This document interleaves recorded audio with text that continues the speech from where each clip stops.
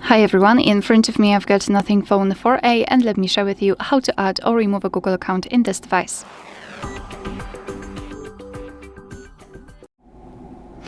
So let's start with opening the settings, and before we'll proceed with the next steps, just make sure that you've got the internet connection because it is required. So let's scroll and find passwords, passkeys and accounts. So here in this section, personal, we've got our accounts.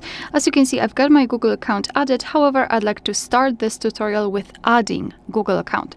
So just tap on add account and choose Google. Again, make sure that you've got the internet connection, verify yourself if you've got the screen lock.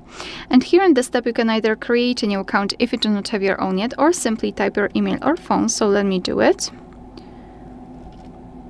And tap on next. So right here we have to enter the password. So simply do it and then tap on next. Here we've got Google Terms of Service and Privacy Policy. You can tap on them to learn more and tap on I agree after reading. Here we can decide whether we want to use biometrics to verify purchases. It's up to you whether you want to use it or not. Just use this switcher and tap on accept. And as you can see, we just successfully added our Google account to this device. And now to remove it, all you have to do is to tap on it and tap on remove account. Tap on remove account again and it will immediately disappear.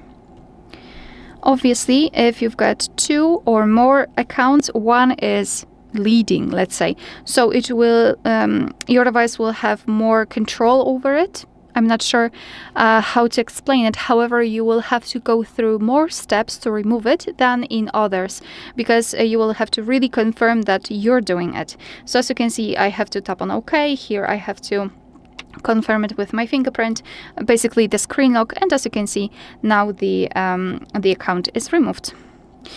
Alright, so that will be all. Thank you so much for watching. Please hit the subscribe button and leave the thumbs up.